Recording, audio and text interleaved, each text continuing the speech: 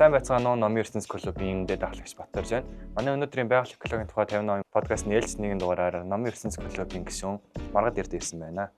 За сайн байна уу? За сайн байцгаана уу? Маргад Эрд өнөөдөр ямар ном ярих ирсэн бэ?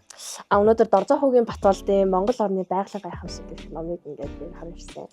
Монгол орны байгалийн гайхамшиг. Ер нь энэ ном дээр юуны тухай гардаг вэ? Монгол орны байгалийн гайхамшигын тухай гардаг л хаалт. Гэхдээ яг ямар хөө байдлаар гардаг? Ерөнхийдөө бол нийт манай зохиолчийн ингээд өөрөө ингээд аялж явсан тэмдэглэлүүд нь тэгээд гэрэл зургууд нь байдаг. Тийм нийт Монголын гайхамшигт 100 газруудын талаар ингээд тойрууд бичсэн байдаг юм лээ. Зургнуудтайгаа.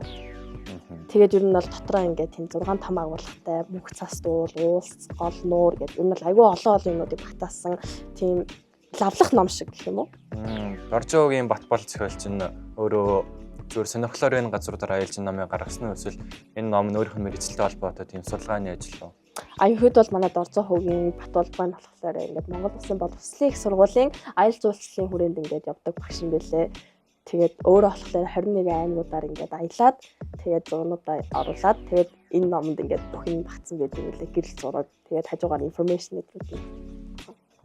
Мобисийн багш юм байна. Тэгэхээр багш нар юу аюу их олон ном гаргадаг.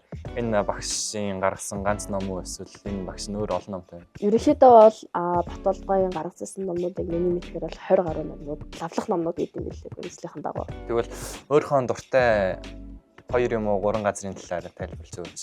Өөр чинь сэтгэл хөдлөлтсөн, сонирхсан юунаас илүү ингээд ном дээр тод болж гарч ирсэн тийм байгалийн хэсгүүдээс ярьж байна. За надад яг энэ 100 газруудаас хамгийн таалагдсан 2 газар бол Цагаан дэлхийн агуу болон Тэлмэн нуур гэдэг 2 газар ингэ таалагдсан. Тэгээд Цагаан дэлхийн агуу нь болохоор яг ерөөл Дорноговь аймгийн Айраг сүмд байдаг. Тэгээд 1968 онд анх ингээ хайлуурж байгаа шавж байхдаа 27 дугаар суугт ингээ дэлбэрт үсээр тэрнээс олж нэгдэсэн тийм дал дагуу гэдэг юм бэлээ. Тэгээ анх орсон хүмүүс нь агуу дотор ингээд ус мүс тэгээ нохоо шиг хэлбэртэй юм янз бүрийн амьд дээр хүртэл тэгээд тэдний арга ёслууд нь айгүй их байсан гэж ярьдаг. Тэгээд анх бол 1989 оны 5 сарын 1-нд Эрдэнэтэд очиж судлаад тэгээд ер нь бол ийм газар байгаа гэдгийг батлаад тэгээд план зураг гэдээр авч эхэлсэн. Тэгээ агуу нь болохоор ингээ 2 амтай. Эхний амаар нь болохоор ингээд хүмүүс орж болдог. Зөвхөн энгийн хүмүүс хүртэл орж болдог. Ягаад тэгэхээр эхний ам нь ингээ бетон болон модон юм шаттай хажуудаа. Тэгвэл хоёр дахь амаар нь ягаад энгийн хүмүүс орж болдоггүй гэхээр заавал мэргэжлийн хүмүүс тоног төхөөрөмжтэйгөө байж ингээд ийм босоо ингээд газар болохоор ингээд ороход аюу хэцүү байдаг гэдэг юм билээ. Тэгээ аюу аюултай гэдэг. Тэгээд яг Цагаан дэлхийн агуу нь болохоор хоорондоо холбоотой 2 том танхим, 4 гол хонгил, тэгээд салаа жижиг хонгилуудаас бүрддэг.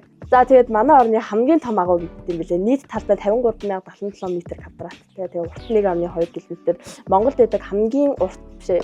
Ер нь бол 1 км-ээс урттай ганц байдаг агуу нь Цагаан дэлхийн агуу. Тэгээд манай Цагаан дэлхийн агуу болохоор гол эдэг амтнаас сарсан багуухай тэгээ анх олцоохтой хүртэл ингээд хүмүүс харахад сарсан багуухайны 3 4 төрөл ингээд янз бүрийн ховор төрлүүд нь хүртэл ингээд байсан гэдэгтэй. Тэгээд Цагаан дэлхийн агуун түүний орчинд ингээд 116 га газрыг яг анх Улсын их хурлын 2019 онд яг ингээд 5 сард 41 дугаар тогтоолоор дусалт газар хэмээн ингээд тунхаглаа. Тэгээ улсын тусгай хамгаалалтанд авч ирсэн байдаг юм билээ.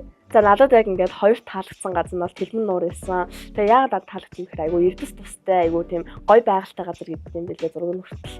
Тэгээ Тэлмэн нуурын Завхан аймагт байдаг Тэлмэн болон өмнөх сумууд ингээд яг ингээд голуур ингээд татдаг тийм хээрийн хүндэд оршдог юм хангай нурууны хамгийн том эрдэс тусаараа ингээд айгүй алдартай нуур юм билээ.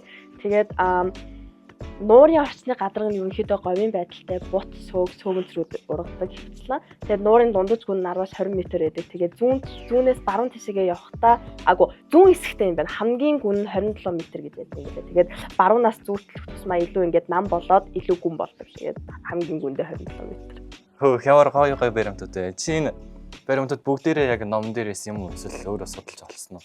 Гүг бүгдээрээ номон дээрээс дээ. Тэгэхээр яг энэ бол номноос яг зарим хэсгийг авсан болохоос номон дээр л илүү хэсгүүд бас. Номон дээр тэгэхээр 100 газар болно ингэж нэг хүчлэн тайлбарлсан байт юм уу те? Ер нь бүх энэ 100 газар зугуулаа аялал жуулчлалаар очиход боломжтой газар үү? Тийм, ер нь бол бүгдээрээ нийлэлтэй газрууд.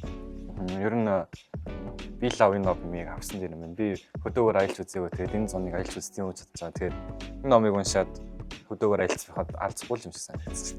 Тийм бас айгүй гарын авлага болох. Тэгэхээр ер нь миний бодлоор монголчуудаас илүү энэ ном одоо гадаадаас ирж аялал жуулчлал хүмүүсээс илүү тохиромжтой юм шиг санагдлаа. Тэгээд энэ ном англи хэл дээр байдаг уу? яг 2015 онд болон 2016 оны хэвлэлүүдээр нь бол англи хэл дээр ингээд энэ номыг лавлах болгоод гаргаж ирсэн байлээ. Энэ сүүлийн үеийн хэвлэл юм уу те? Тийм энэ бол хамгийн сүүлчийн үеийнх нь. Энэ ном дээр тухайн газруудад яаж хүрэх юм газрын зураг байршил байдаг вэ? Газрын зургийг ингээд жижигхэн оруулангууд л яг зүгээр газрын зураг дээр заасан хэсэг байт юм байна лээ. Тэрнээс яг тийм юу болоо. Зургнууд нь хэр тодорхой зурнууд байсан бэ? Ер нь нэг тодорхой газар тэлэн зураг байсан байна. Ер нь бол яг нэг газар ярьж байхдаа ингээд ойр хавийнхан ингээд уртсан сонирхолтой юмнуудын зургийг хүртэл багтаацсан айгуу саналтай зургууд илээ.